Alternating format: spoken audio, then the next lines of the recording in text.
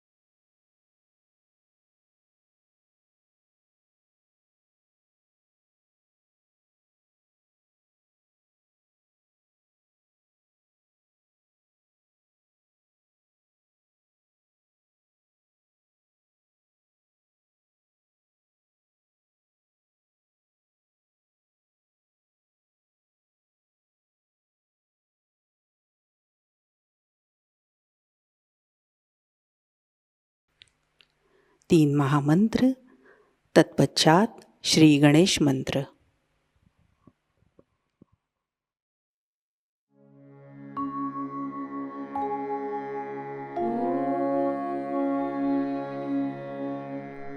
त्वमेव साक्षात् श्री महालक्ष्मी महासरस्वती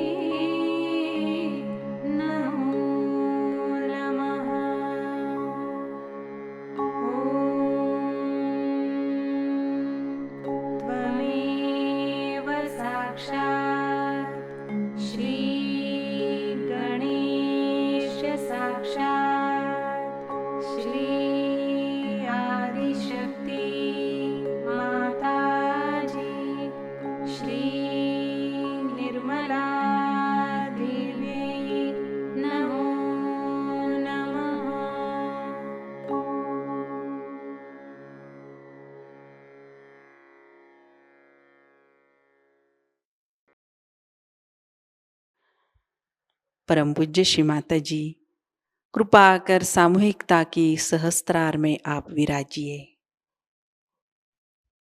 श्री माता जी, हमारा आत्म साक्षात्कार दृढ़ कीजिए। हमारा अहंकार और प्रति अहंकार आपके श्री चरणों में समर्पित है। कृपया आप हमारा समर्पण और कृतज्ञता स्वीकार कीजिए। सहस्त्रार पर अपने चित्त को स्थिर करते हुए कुछ समय ध्यान में बैठते हैं।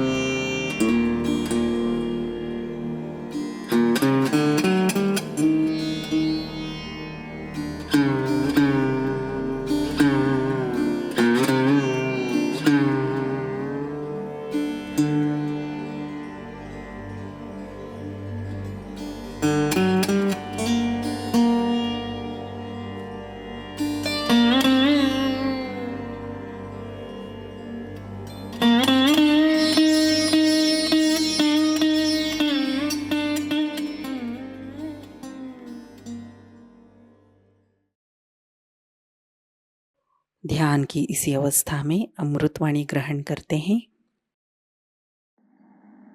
सत्य को खोजने वाले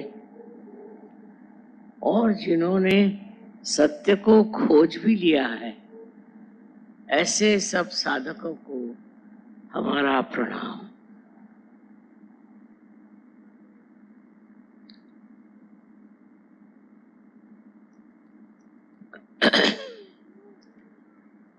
दिल्ली में इतने व्यापक रूप में सहयोग फैला हुआ है कि एक जमाने में तो विश्वास ही नहीं होता था कि दिल्ली में 2-4 भी सहयोगी मिलेंगे।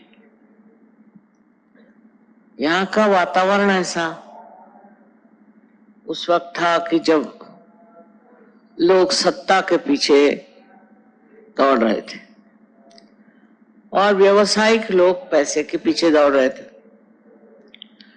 तो मैं ये सोचती थी कि ये लोग अपने आत्मा की ओर कब मुड़ेंगे।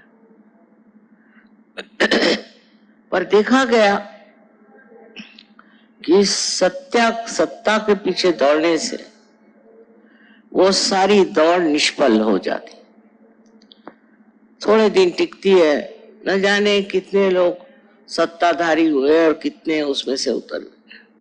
उसी तरह जो लोग धन प्राप्ति के लिए जीवन बिताते हैं, उनका भी हाल वही हो जाता है, क्योंकि कोई सी भी चीज जो हमारे वास्तविकता से दूर है, उसके तरफ जाने से अंत में यही सिद्ध होता है कि ये वास्तविकता नहीं।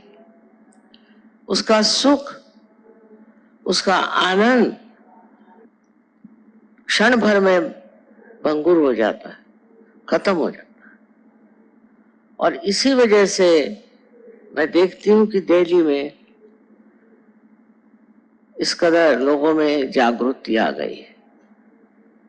ये जागृति आपकी अपनी संपत्ति है, ये आपके अपने शुद्ध हृदय से पाई हुई प्रेम की बरसात।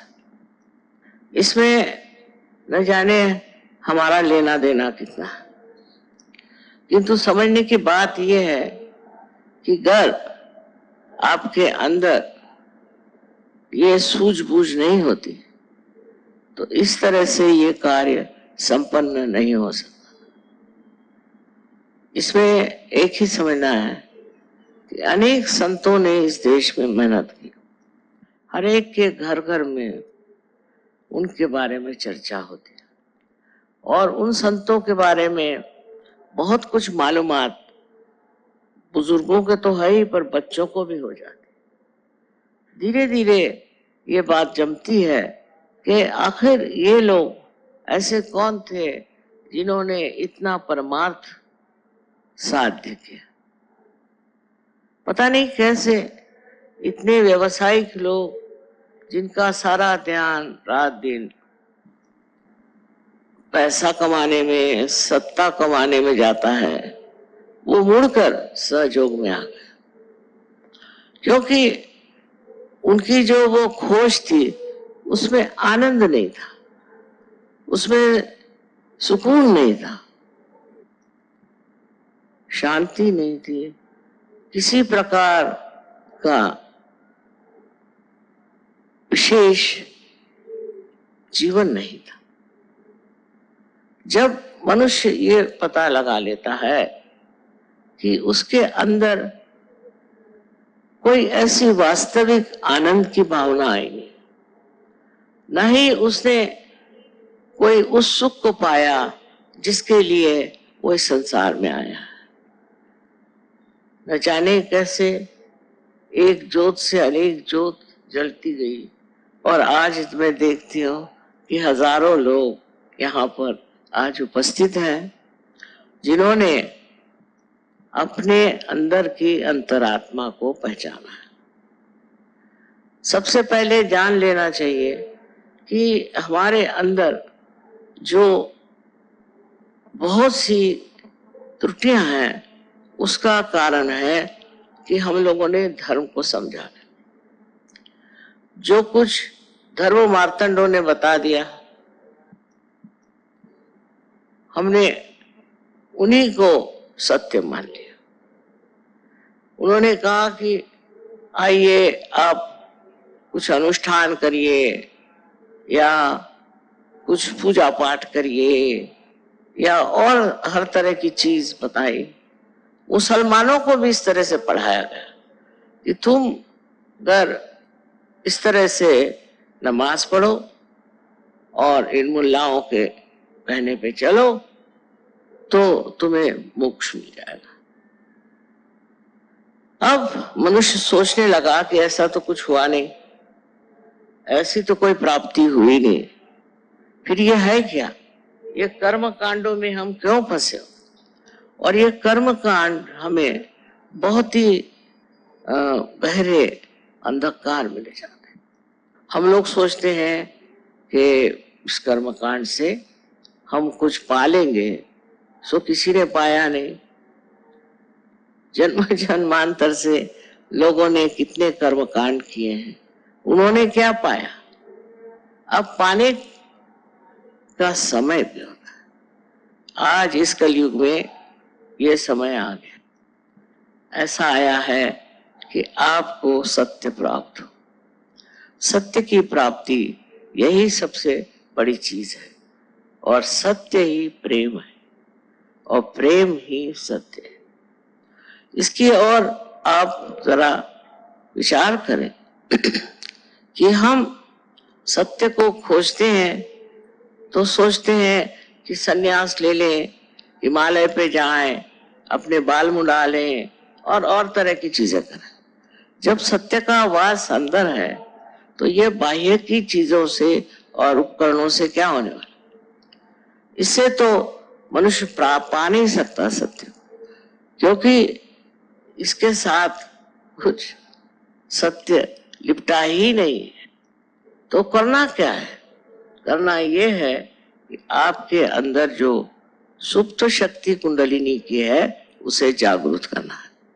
अब कुंडलिनी की शक्ति आपके अंदर है या नहीं, ऐसी शंका करना भी व्यर्थ है। हर एक इंसान के अंदर त्रिकोणाकार अस्थि में कुंडलिनी की शक्ति है, और उसे जागृत करना बहुत ही जरूरी है, जिससे कि आप उस चीज को प्राप्त करें जिसे मैं कहती हूँ सत्य, वास्तविकता। सबने कहा है कि अपने को जानो, अपने को पहचानो, लेकिन कैसे? हम तो अपने को जानते नहीं। हम जो है अंदर से न जाने कितनी त्रुटियों से भरे हुए हैं। लोभ, मोह, मद, मत्सर, लोभ, सब तरह की चीजें हमारे अंदर, और हम ये नहीं समझ पाते कि ये कहाँ से सब आ रही हैं और क्यों हमें इस तरह से ग्रसित किया हो। इस चीज का अगर आप ध्यान पूर्वक समझे तो एक बात है कि ये त्रुटियां जो हैं ये सब बाह्य की। आत्मा शुद्ध निरंतर, उसके ऊपर कोई भी तरह की लांछना नहीं आती, और जब ये आई है तो ये किसी वजह से आई होगी। हो सकता है कि आपकी परंपरागत ही आई, पूर्व जन्म से आई, माँ बाप से आई, समाज से आई, न जाने कहाँ कहाँ से ये सब चीजें आपके अंदर समाविष्ट हुई।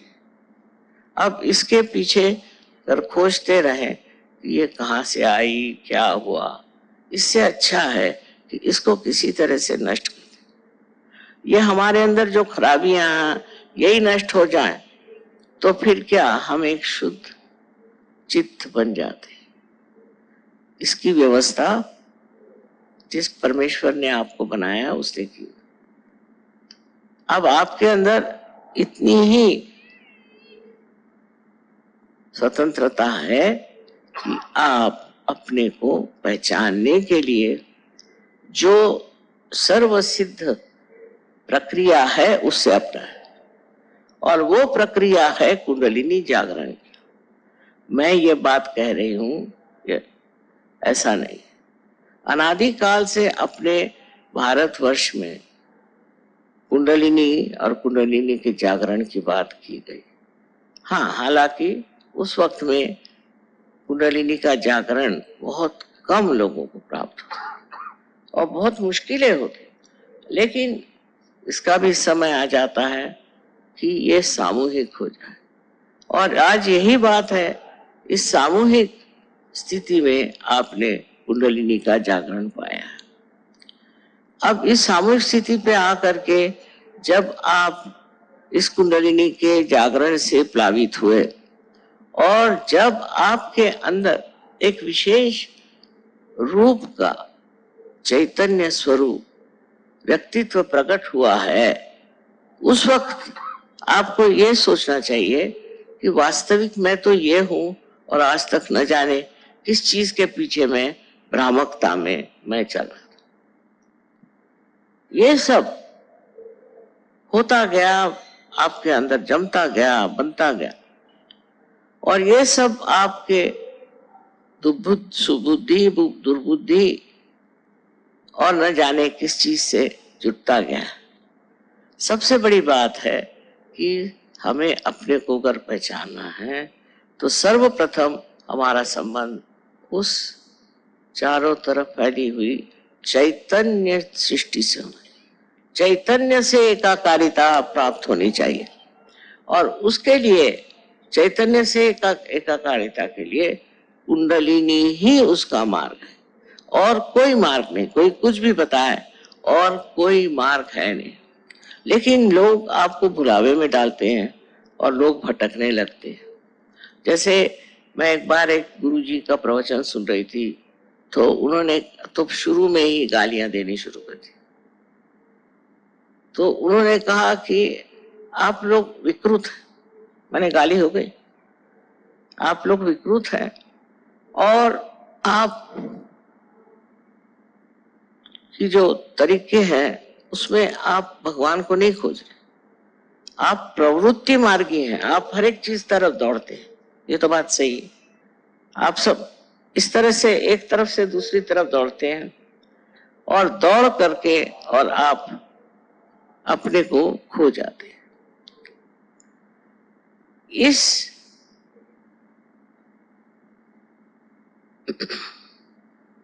दौड़ में इस तरह के प्रवृत्ति में हमारी सारी ही शक्ति नष्ट हो जाती। आज ये चाहिए तो कल वो चाहिए तो परसों वो चाहिए, भाग रहे इधर से उधर, उधर से उधर, उधर से उधर। अब ये जो उन्होंने गाली बक दी कि आप प्रवृत्ति मार्गी हैं, उसको लोग मान लेते हैं कि अच्छा हम प्रवृत्ति मार्गी हैं और वो दूसरों के लिए कहते हैं कि आप निवृत्ति मार्गी हैं नहीं, तो आप क्यों आत्मा को प्राप्त कर रहे हो? अगर आप निवृत्ति मार्गी हैं, माने आपकी क्या वृत्ति इधर उधर नहीं दौड़ती, तो आप आत्मा को प्राप्त कर सकते हैं। अब पहले ही इस तरह की एक कठिन समस्या उपस्थित कर दी कि सर्वसाधारण मनुष्य अपने को सोचेगा कि हाँ भाई मैं तो हूं प्रवृत्ति मार्गी, तो वो कहेंगे कि अच्छा ठीक है, आप गुरुओं की सेवा करो, उनको पैसा दो, ये मेहनत करो, ये कर्म कांड करो, इधर पैसा लगाओ, उधर पैसा लगाओ और जिस तरह से भी हो सके तुम सब कुछ अपना परमेश्वर को दे दो, उसके बाद संन्यास ले लो। और आपको ये बात समझ में आ जाती है, भाई ये आसान चीज है, पर ये अंधों की बात है। अच्छे भले आंख होते हुए भी अगर कोई कहे कि तुम अंधे हो तो क्या इसे मान लेना चाहिए? कोई कहे आप प्रवृत्ति मार्गी हैं तो क्या इसे मान लेना चाहिए? अगर आपके अंदर निवृत्ति नहीं है, ऐसा उनका कहना, तो आप ज्ञान मार्ग मतलब सहयोग में नहीं आ सकते। इस तरह की एक भाषा ये लोग व्यवहार में लाते और उससे सर्वसाधारण जनता ये कहती कि भाई हमारे लिए तो ये ठीक है कि गुरुओं को सेवा, उनको सब दो, उनको सब समर्पण दो। इस तरह की जो हमारे अंदर एक गलत धारणाएं बैठ जाती है और हम उसे मान भी लेते हैं, क्योंकि हमारे अंदर विश्वास ही नहीं है कि हम कभी अपने आत्मा को पा सकते हैं और जिससे हम अपने को जान सकते हैं। लेकिन विश्वास रखिए, यहाँ आज बहुत से लोग ऐसे बैठे हैं कि जिन्होंने कुंडलिनी का जागरण और उसकी विशेषताओं से पूर्णतः अपने जीवन को प्रफुल्लित किया हुआ और आप लोग सभी इस प्रकार इस चीज को पा सकते। आप में कोई कमी नहीं, कोई कमी नहीं, ये शक्ति आप सबके अंदर है। आपने कुछ भी किया हो, आपने कोई भी गलत काम किया हो, आप परमात्मा के विरोध में भी खड़े हो, चाहे जो भी किया हो, ये कुंडलिनी तो अपनी जगह बैठी हुई है और जब कोई उसको जगाने वाला आएगा तो वो जग जाएगी। और ये जो बाह्य की चीजें हैं, इसको प्रवृत्ति कहते हैं, ये जो आपके अंदर षड्रिपु हैं, ये एकदम झड़ जाए। जब आप देखते हैं कोई बीज आप माँ के उदर में डालते हैं तो अपने आप प्रस्फुटित होता है। बीज में तो कुछ नहीं दिखाई देता, पर जब वो माँ के पेट में जाता है तो वो अपने आप प्रस्फुटित हो जाता है। इतना ही नहीं, पर उसके अंग प्रत्यंग में जीवन आ जाता है। उसी प्रकार कुंडलिनी के जागरण से आप जागरूक हो जाते हैं और आपके अंदर की जो वृत्तियां हैं, जो नाशकारी हैं, जो गलत है, वो अपने आप जड़ जाती है। ये बड़ा आश्चर्य का विषय है, किंतु ऐसे बड़ी आश्चर्य की बात नहीं, क्योंकि ये घोर कलयुग है। ये घोर कलयुग है और इसके प्रताप से न जाने कितने लोग झुलस गए और अब इसी कलयुग में ये कार्य होने वाला है और इसी कलयुग में आप इसे प्राप्त करने वाले हैं और उस परम तत्व को आप प्राप्त करने वाले हैं जो आपके अंदर आत्मा स्वरूप विराजित है। उसके प्रकाश में आप अपने को जानेंगे। आप जानेंगे कि आपके अंदर से कौन से दोष गिर गए और अब आप शुद्ध चित्त वाले आत्मा स्वरूप हो गए। इसको जब आप जान लेंगे कि आपकी ये स्थिति है और यही सच्चाई है, तो जितनी झूठी बातें हैं आप छोड़ देंगे। उससे क्या फायदा? किसी भी झूठी बात को साथ लेकर के आप कहाँ जा सकते हैं? पर तब तक झूठ नहीं दिखाई देता जब तक आपकी आत्मा जागरूक नहीं होती। आत्मा के प्रकाश में ही आप उस झूठ को समझ सकते हैं जो आपको हर तरह से भुलावे में रखता है। और इस भुलावे में हर तरह के लोग घूम रहे हैं। आप दुनिया की तरफ नजर करें, किसी भी धर्म का नाम लेकर के आज लड़ रहे हैं। अरे भाई, जब धर्म है, जब एक ही परमात्मा है, तो लड़ क्यों रहे? पर इस तरह के भुलावे तैयार हो जाते हैं, दिमागी जमा खर्च ऐसा बन जाता है और उसको लोग अपना लेते हैं। उसका कारण यही है कि उनकी समझ में अभी प्रकाश नहीं। जब कुंडलिनी का जागरण होता है तो आपका संबंध उस परम चैतन्य की शक्ति से हो जाता है और ये संबंध बड़ा माना हुआ। आइंस्टीन जैसे इतने बड़े साइंटिस्ट ने यह कहा है कि जब आपका संबंध टॉर्शन एरिया उसको कहते होता है, तो अकस्मात ऐसी चीजें होती हैं, इस तरह से आप शांत चित्त हो जाते हैं कि उस शांत चित्त में न जाने कितनी उपलब्धियां होती हैं और कितने तरह के नए नए आपको प्रयोग मिलते हैं और नई नई उपलब्धियां होती हैं। ये सारी चीजें होते हुए भी जब लोग बार बार जग कर सो जाते हैं और सोकर फिर जगते हैं, ऐसी भी दशा चलती है। ऐसे लोग नहीं होते कि जो एक बार पार हो गए सो, उसके बाद उनकी गहनता कितनी है इस पर निर्भर है। अगर आप गहन हैं तो ये चीज आपके अंदर जब जागृत होती है तो उसका बड़ा गहन अनुभव होता है। आप एकदम निर्विचारिता में चले जाते।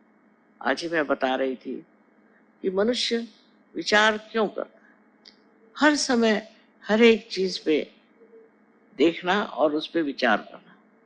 कोई चीज है, जैसे ये अब कारपेट है, ये कहाँ से आई होगी, कितने की होगी, क्या होगा, दुनिया भर की झंझटें इसके लिए होगी। बजाय इसके को इतना सुंदर है, इसका सौंदर्य, उसका आनंद ले, मनुष्य सोचते ही रहता। और इस तरह के सोच विचार से मनुष्य कभी कभी पगला भी जाता। तो किसी भी चीज की ओर देखकर उस पर प्रक्रिया करना, रिएक्ट करना, इससे बढ़ के और कोई गलती नहीं। क्योंकि जो आप प्रक्रिया कर रहे हैं या रिएक्ट कर रहे हैं किसी चीज पर, तो वो आप अपने अहंकार के कारण, या आपके अंदर जो सुप्त चेतन है, जिसे कि कंडीशनिंग कहते हैं, उसके कारण कर रहे हैं। आप इसलिए नहीं कर रहे हैं कि आप उसे पूरी तरह से देख रहे हैं। वो साक्षी स्वरूपत्व आपने, उस चीज को आप पूरी तरह से देखें। अगर आप पूरी तरह से उसे देख सकते हैं तो उस चीज का आनंद आपके अंदर पूरी तरह से समा जाए। सबसे तो बड़ी बात यह है कि इस दशा में आने की बात बहुतों ने कही, मैं कह रही हूं ऐसी बात नहीं, पर वो बहुत से लोग समझ नहीं पाए होंगे, या उस वक्त ये भी सोचा होगा कि ये कैसे हो सकता है, हम तो एक मानव हैं, ये कैसे हो सकता है। कुंडलिनी के जागरण से सब हो सकता है। और जब कुंडलिनी आप सबके अंदर वास्तव्य किए हुए, जब वो स्थित है वहां, तो सिर्फ उसके जागरण की बात है। ये आपका धरोहर, ये आपकी अपनी चीज है, जिसे आपने खरीदी नहीं, उसके लिए कोई पैसा नहीं दिया, उसके लिए किसी भी तरह की याचना नहीं की, वो अंदर है, वो स्थित है। सिर्फ उसकी जागृति होने का विचार होना चाहिए। अब ये कुंडलिनी शक्ति जो है, ये आपकी बड़ी शुद्ध इच्छा है। शुद्ध इच्छा हमारे यहाँ कोई है नहीं। जैसे कोई साहब वो कहेंगे, साहब मैं चाहता हूं कि मेरे पास एक मोटर आ जाए। अच्छा भाई, आ गई मोटर, तो उसका आनंद ही नहीं उठाया, फिर लगे दूसरा कुछ ढूंढने, फिर वो चीज हो गई तो फिर लगी तीसरी चीज। तो इसका मतलब आपकी जो इच्छाएं शुद्ध नहीं थी। अगर वो शुद्ध इच्छा होती तो आप तृप्त हो जाते। ये कुंडलिनी शक्ति आपकी शुद्ध इच्छा है और ये परमेश्वरी इच्छा है। ये जब आपके अंदर जागृत हो जाती है तो आप तृप्त हो जाते। तृप्त हो जाते माने आप सोचते हैं कि ये जो मेरा मन ये चाहिए वो चाहिए वो चाहिए करता था, उसके जगह अब मैं ऐसी सुंदर बाग में आ गया हूं जहां सुगंध ही सुगंध, आनंद ही आनंद, शांति ही शांति और प्रेम ही प्रेम बसा। ये जब स्थिति आपकी आ जाती तो फिर आप मुड़ के नहीं देखते उधर जो गलत चीज है। अधिकतर होते हैं ऐसे भी लोग, तो भी कुछ फिर गिरते हैं, फिर उठते हैं, फिर गिरते हैं। पर सहयोग में जिसने एक बार इसे प्राप्त किया, वो इतनी महत्वपूर्ण चीज है और इतने सहज में होती है। उसके लिए कुछ करना नहीं, उसके लिए आपको पैसा देना नहीं, कोई चीज नहीं, प्रार्थना नहीं, कुछ नहीं। सिर्फ आपके अंदर शुद्ध इच्छा होनी चाहिए कि मैं अपने आत्मा को प्राप्त करूं। इस शुद्ध इच्छा से ही आप उसे प्राप्त करें। सिर्फ मन में यही एक इच्छा रखें कि मेरी कुंडलिनी जागृत हो जाए।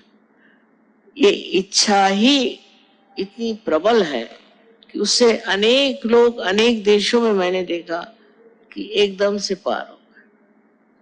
जैसे एक देश है बेनिन, वहां पर पहले वो मुसलमान लोग थे और वो फ्रेंच लोगों से इतने घबरा गए थे कि उन्होंने मुसलमान धर्म ले लिया। वो मुसलमान धर्म लेने के बाद वो संतुष्ट नहीं थे, उससे भी परेशान, उससे भी झगड़े, ये वो। पर जब उनको सहयोग मिल गया तो सब छोड़ छाड़ के अब मजे में है। आपको आश्चर्य होगा कि आज वहां भी 14,000 सहयोगी हैं, वो सब मुसलमान।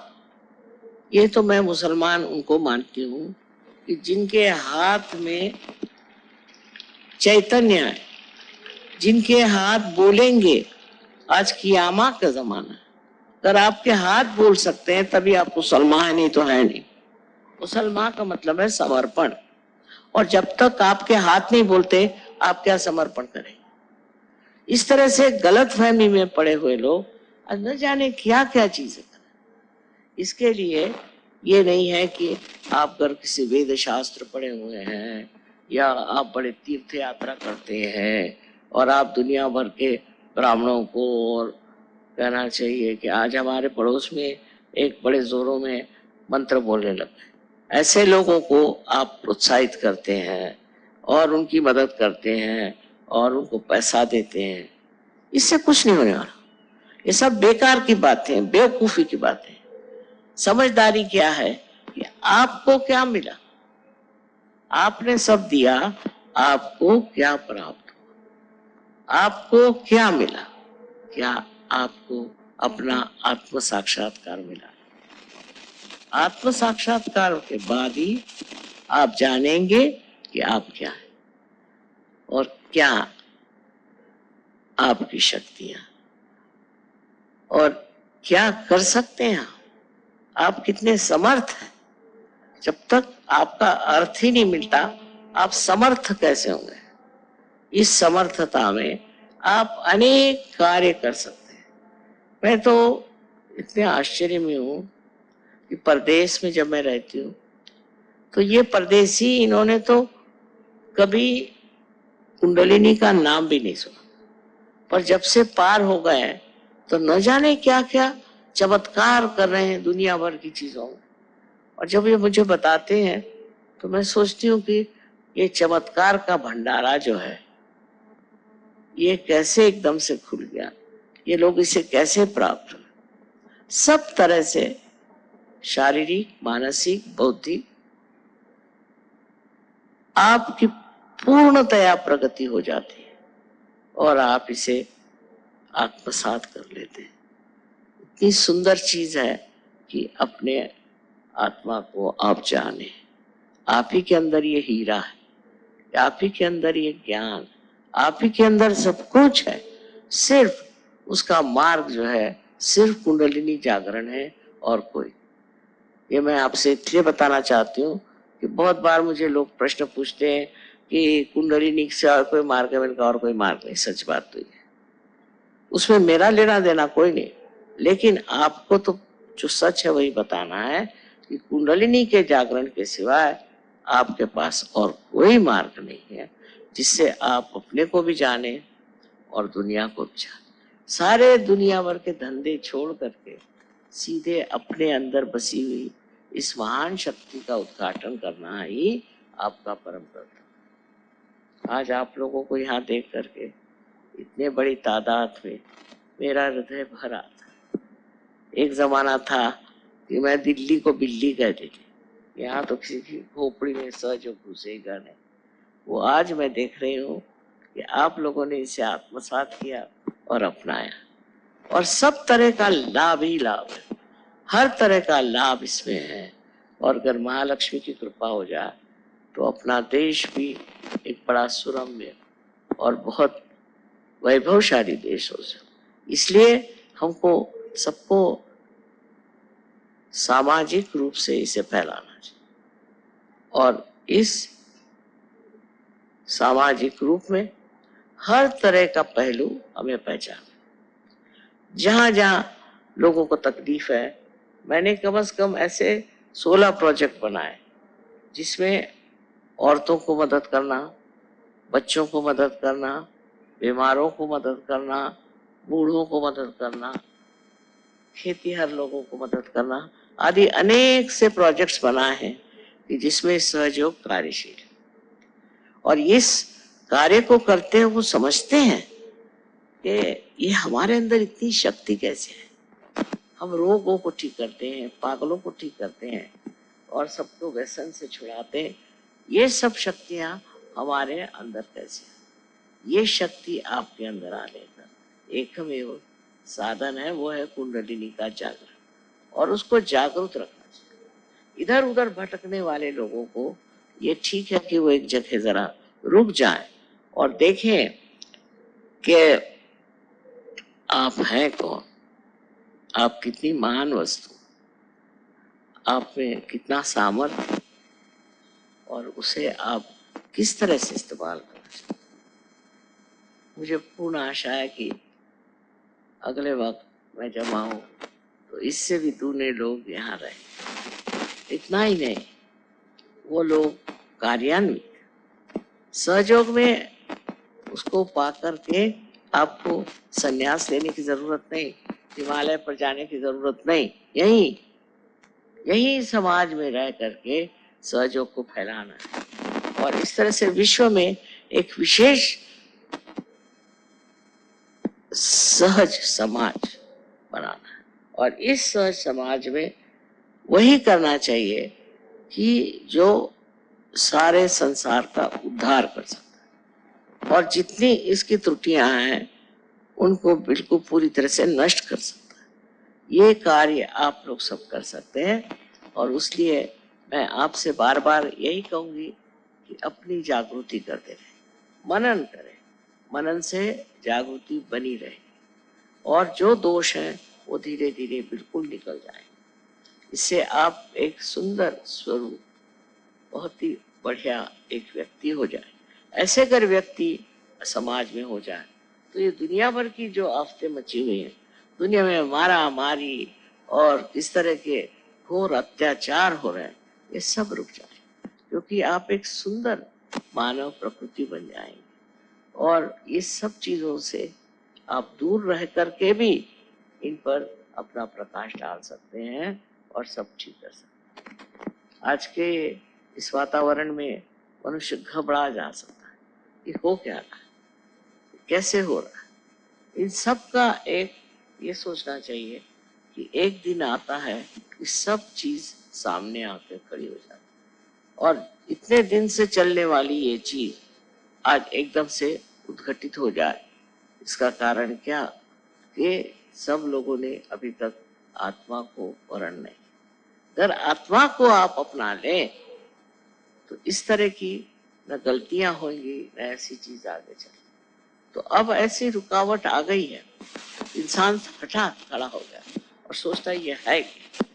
ये है यही कि आप भटक गए और कुछ लोग तो खाई में गिर गए भटक कर। यही चीजें हैं, इसको समझने की कोशिश करनी चाहिए। इतने सालों से अपने देश में जो महापाप चल रहा था वो आज उद्भव हुआ, सामने आके खड़ा हो गया, छोटे से प्रमाण हो गया। इससे जागरूक होने की जरूरत है कि कहीं हम भी इस भटकावे में तो चल नहीं रहे, हम भी इस तरह लुढ़क तो नहीं रहे कि जहां हमें नहीं जाना चाहिए। आपको आश्चर्य होगा कि आजकल हिंदुस्तान में तो मैं देखती हूँ हर एक को ये बीमारी हो, जो देखो वही पैसा बनाता, जो देखो वही चाहता है कि किस तरह से नोच खसोट ले। अच्छा, परदेश में नहीं, परदेश वैसा नहीं। यानी मुझे खुद हमेशा घबराहट लग रही रहती है कि लोग मेरे पास इसीलिए आ रहे हैं किस तरह से उससे पैसा नहीं। अब ये पैसा मेरा जो है ये समाज कार्य के लिए, इसलिए नहीं कि कोई चोर उचक के आए और मुझे लूट ले, पर वो कोशिश करते हैं। इसी प्रकार एक तरह की अपने यहाँ एक भावना आ गई कि जैसा भी हो पैसा बना लो, पर ये लक्ष्मी नहीं है, ये अलक्ष्मी है। क्योंकि आप तक जब लक्ष्मी आएगी तो बहुत चंचल है और वो ऐसे रास्ते पे ले जाएगी कि आपके अंदर अलक्ष्मी आ जाए और उस अलक्ष्मी में आपको समझ में आ क्या करना। इसलिए किसी भी चीज की ज्यादती करने से पहले ये सोच लेना चाहिए कि हम कहाँ जा रहे हैं, कहाँ अग्रसर हो रहे हैं, कौन से जंजाल में फंस रहे हैं। तो इस तरह की जो भावनाएं हमें हैं कि पैसे के मामले में हमें बहुत सतर्क रहना चाहिए और दूसरे का कैसा पैसा निकाल सकते हैं वो करना चाहिए, ये चलने वाला नहीं। पैसा आप क्या उठा के अपने साथ ले जाएंगे, ये सारा कुकर्म है, ये आप ही के खोपड़ी पे बैठेगा। क्योंकि मानती हूं मैं ये घोर कलयुग है, और इसी के साथ एक और चल रहा है, उसको मैं कृत युग कहती हूँ। जब ये परम चैतन्य कार्यान्वित है और ये परम चैतन्य वो कार्य कर रहा है जिससे बार बार ऐसे लोगों को ठोकरें लगेंगी और वो समझ जाएंगे कि ये हम बहुत ही सामाजिक हित के विरोध। अगर आपको लोगों का हित पाना है तो आपके अंदर शक्ति है, उसे आप जागरूक करें और उनका हित सोचें। किंतु हित के मामले में भी स्वार्थ नहीं होना चाहिए। असल में अपने यहाँ तो शब्द भी इतने सुंदर है, स्वार्थ का मतलब स्व का अर्थ। क्या आपने अपने स्व का अर्थ जाना है? स्व का अर्थ जान लेना ही स्वार्थ है और बाकी सब बेकार। अगर ये चीज हम लोग समझ लें कि हमने अपने स्व का अर्थ नहीं जाना तो हम उधर ही अग्रसर होंगे, वही हम कार्य करेंगे जिसे स्व के अर्थ जानने की व्यवस्था हो। इसलिए आजकल की जो कुछ भी कश्मकश चली हुई है, झगड़ेबाजी चली है, इसकी परंपरा बहुत पुरानी अपने देश में स्थित हो गई। पता नहीं कैसे, पहले जब अंग्रेज आए तो वो भी यही धंधे करते थे। उन्होंने हमारे यहाँ से कोहिनूर का हीरा ले गए। उनको जब तक आप कुछ प्रेजेंट नहीं दो तो वो खुश नहीं होते थे, और वो थोड़े प्रमाण में था, अब तो बहुत ही बड़े प्रमाण में हर एक चीज चल रही। तब से शुरू हुआ, बढ़ते बढ़ते हमारे राजकारणी लोगों ने शुरू किया और आगे बढ़ गया। अब राजकारणी नहीं, अब तो हर एक आदमी ऐसा हो रहा है कि जो चाहता है किस तरह से दगा करे, किस तरह से पैसा लूटे। इसका एक ही मार्ग है, वो है सहयोग। इसी से हमारा समाज व्यवस्थित हो जाएगा। इसी से हमारे समाज में आपसी प्रेम और आदर, न कि हम पैसे का आदर। अब दूसरी बात है सत्ता। सत्ता के पीछे भी लोग पागल। सत्ता चाहिए, काहे के लिए चाहिए सत्ता? इसलिए सत्ता चाहिए, आपकी अपने पे सत्ता नहीं, आप दुनिया भर की सत्ता लेके करोगे क्या? सत्ता चाहिए, हमें ये होना है, हमें वो होना है। किस दिन के लिए? कौन सी उससे लाभ है? उससे आपका क्या लाभ होने वाला है? सत्ता करने के लिए भी बहुत बड़े आदर्श पुरुष हो गए। उनकी हिम्मत, उनका बड़प्पन, उनकी सच्चाई वो तो है नहीं, और सत्ता चाहिए। जैसे कोई आप बंदर को सत्ता दे दीजिए तो वो क्या करे? हमारे मराठी में कहते हैं कि बंदर के हाथ में जली हुई लकड़ी दे दीजिए तो वो तो सब दूर जलाते फिरेगा। वही है आज सत्ता का रूप, कि सब बंदर जैसे अपनी सत्ता को इस्तेमाल करते हैं पैसा कमाने, और पैसा कमाते हैं सत्ता के लिए। इस तरह के इन दोनों के द्वंद्व में चलने से आज अपना देश बहुत ही गिर गया सामाजिक रूप से। सहयोग उसका इलाज है। सहयोग में आने से आप समझ जाएंगे कि ये महामूर्खता है, और इस मूर्खता को सहयोगी नहीं करता। और जिस दिन सहयोग बहुत फैल जाएगा उस दिन ये सब चीजें अपने आप नष्ट हो जाएंगी, ये रह ही नहीं सकती। इसीलिए आपको समझना चाहिए कि आजकल जो हम घबराए हुए हैं कि अपने समाज का क्या हो रहा है, उसको ठीक करने का भी, उसको सही रास्ते पर लाने का भी उत्तरदायित्व आपका है। आप कर सकते हैं। आप जो सहयोगी है ये कर सकते हैं, और जो नहीं भी है उनको सहयोग करना चाहिए। हमें अगर अच्छी समाज व्यवस्था चाहिए, अच्छी एक व्यवस्था ऐसी हो कि जिसमें कोई किसी को खसोटे ना, मारे ना, और सब लोग आपस में प्रेम भाव से रहें, तो इसका इलाज सिर्फ सहयोग कर सकते। सहयोग दिखने में सीधा साधा है, और सबके अंदर शक्ति होने से सब सोचते हैं कि अब तो पार हो जाए, पर इसमें रचना पड़ता है, इसमें रमना पड़ता है, और उसके बाद ही इसकी शक्तियां पूरी तरह से जागृत हो जाती, और उससे आप हिंदुस्तानी नहीं सारे संसार का उद्धार कर सकते हैं, और इस उद्धार की व्यवस्था। अब इसमें कुछ कुछ लोग ऐसे हैं कि वो शैतानी के पीछे, उनकी इच्छाएं शैतानी। ठीक है, ऐसे लोग रह जाए। मैंने बहुत बात आपसे बताया है कि अब ये जो है आखिरी जजमेंट आ गया। इस वक्त में आप अगर अच्छाई को पकड़े तो आप उठ जाएंगे, और अगर बुराई को पकड़े तो आप दब जाए। हमें देखना चाहिए कि किस तरह से जगह जगह भूकंप आते हैं तो क्या होता। अभी गुजरात में बड़ा भारी भूकंप है, वहां हमारे सिर्फ 18 सहयोगी थे, क्योंकि गुजरातियों को पता नहीं क्या सहयोग से खास मतलब नहीं। अब टर्की में भी बड़ा भारी भूकंप है, वहां भी जितने सहयोगी थे सब बच गए, सब एक से, उनके घर भी बिल्कुल सही सलामत, मैंने देखे खुद।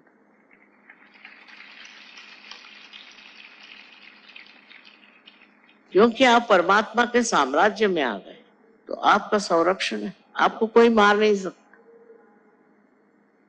कोई आपको नष्ट नहीं कर सकता। ऐसे ही और भी जगह जहां भूकंप हुए वहां भी हमने यही देखा कि सहयोगी एक भी नष्ट नहीं, न उसका घर नष्ट हुआ। लातूर की ये बात है कि लातूर में हमारा जहाँ सेंटर था उसके चारों तरफ खंदक बन गया, चारों तरफ, और बीच में सेंटर बिल्कुल ठीक, और एक भी लातूर का सहयोगी मरा नहीं। कैसा हुआ कि चतुर्दशी के दिन गणपति को विसर्जित करते हैं, सबने विसर्जन किया और विसर्जन करके आए, और उनमें से जो लोग दुष्ट प्रवृत्ति थे उन्होंने शराब लेके पीना शुरू, शराब पी करके नाच रहे थे, और नाचते नाचते सब जमीन के अंदर। पर एक भी लातूर में, एक भी सहयोगी लातूर में किसी भी तरह से कोई भी बात वंचित नहीं, उसका घर जैसे कि जैसे रहा, उसकी गृहस्थी, उसके बच्चे सब ठीक। ये क्या चमत्कार नहीं है तो और क्या। इसी प्रकार आप भी समझ लें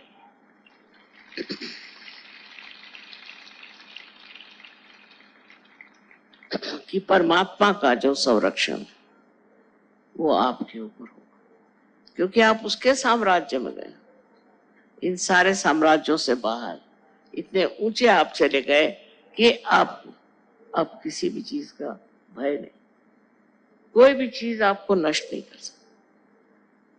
इस तरह से हमने सहयोग में अनेक उदाहरण देखे, अनेक लोगों को बीमारी से उठते देखा। ड्रग लेने वाले लोग एक रात में ही बदल जाते, एक रात में बदल गए। किसी को आश्चर्य होगा ये कैसे हुआ। वही बात मैंने कही कि कुंडलिनी के जागरण से अपने अंदर की सब विकृतियां जड़ जाती, और इस तरह से हर जगह ये कार्य हो रहा है, और लोग अब महसूस कर रहे हैं, इसको समझ रहे हैं कि परिवर्तन की बहुत जरूरत है। इस परिवर्तन के सिवा कुछ भी नहीं बदल सकता, कुछ भी ठीक नहीं हो सकता। ये मनुष्य ही है जो सब गड़बड़ करता है, और ये मनुष्य ही है वो खुद इसको उठाएगा और बढ़ाएगा।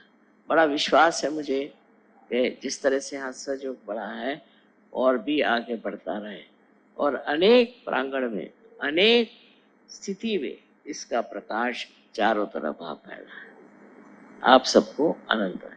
I am sorry I had to speak in Hindi language because most of the people are here Hindi. Moreover, I didn't know whether to speak Urdu mixed or Sanskritized Hindi, because we have lots of languages here and they all have different hues. As it is, whatever I have told them is very simple, which you all know, that you have to have your Kundalini awake, because that is your pure desire. And to achieve that pure desire, you don't have to do anything. It just works out as you have seen, for which you don't have to pay, for which you don't have to stand on your head, for which you don't have to give up anything. This is not a new thing for you. You all know and you have achieved it. What I am very proud of, that in this country we have the heritage of saints and of many people who have talked about it. But in your countries, nobody even expected that there could be such a power that would give you this awakening. But just imagine, it has worked wonders. Now, as you know, we are working in 86 countries. While I am not visiting them, neither have I energy to go to all of them. But how it is working? Because when you got it, you took it with you and you gave it to others. One person can give realization to 1,000 people, you know that. So the way you people have accepted Sahaja Yoga and have taken up as a mission, I wish everywhere in every country people do that. If we have to change this world, if you have to change all our circumstances, it is important, very important, to see what is your role, what is your life itself, what is your existence for. After realization, your existence is for giving realizations to people. This you must realize. Nothing is more important. Job is not important, money earning not important, positions not important, but give realization to people and otherwise everything will fit into it. For example, I see here a camera. See, for camera I don't have to do anything. Only if you click it, you get the photograph. Sahaja Yoga is like that. That if you decide, if you really decide in your hearts that we are going to spread Sahaja Yoga out and out, nobody can stop it because it's the help of God Almighty that you can do it, which is a very simple work and that is most satisfying. That's all I have to say to people who are Sahajogis abroad. They should first think of spreading Sahaja Yoga and saving people. It is their basic minimum of minimum idea should be about self-realization.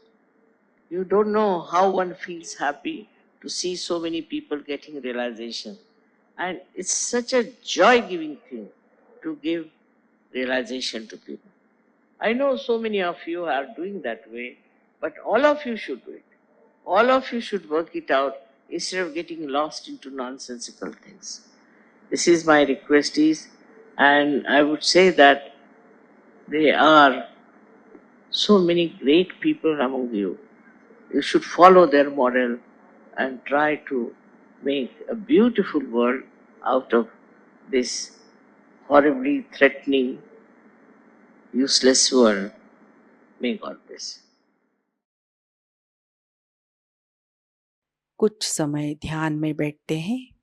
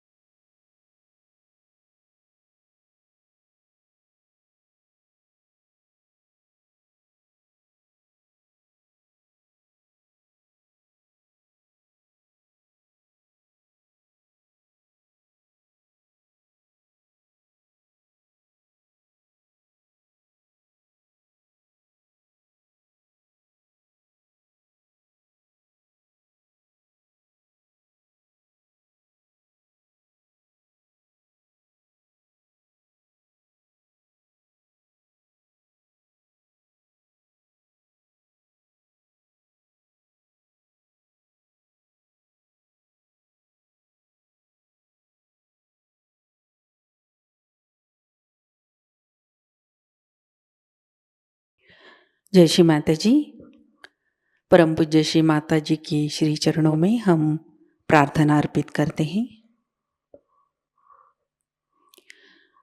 परम पूज्य श्री माता जी, आज का ध्यान आपके श्री चरणों में समर्पित है। आज की अमृतवाणी में आपने हमें जो ज्ञान प्रदान किया, सामूहिकता आपकी ऋणी है। हमें भौतिक प्रलोभनों से दूर रखिए। हमारे अंदर स्वयं शिस्त प्रस्थापित कीजिए।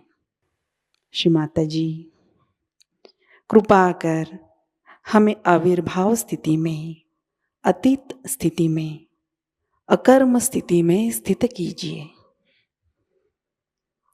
श्री माता जी, हमारे अंदर संपूर्ण विवेक और समर्पण भाव प्रस्थापित कीजिए। परम पूज्य श्री माता जी, आज के ध्यान में अगर हमसे कोई गलती हुई हो, कृपा कर हमें क्षमा कर दीजिए। हमारी प्रार्थनाओं का स्वीकार कीजिए और हमें आशीर्वादित कीजिए। आपके श्री चरणों पर कोटि कोटि प्रणाम, अनंत कोटि प्रणाम। जय श्री माता जी। कुंडलिनी चढ़ाकर बंधन लेते हैं।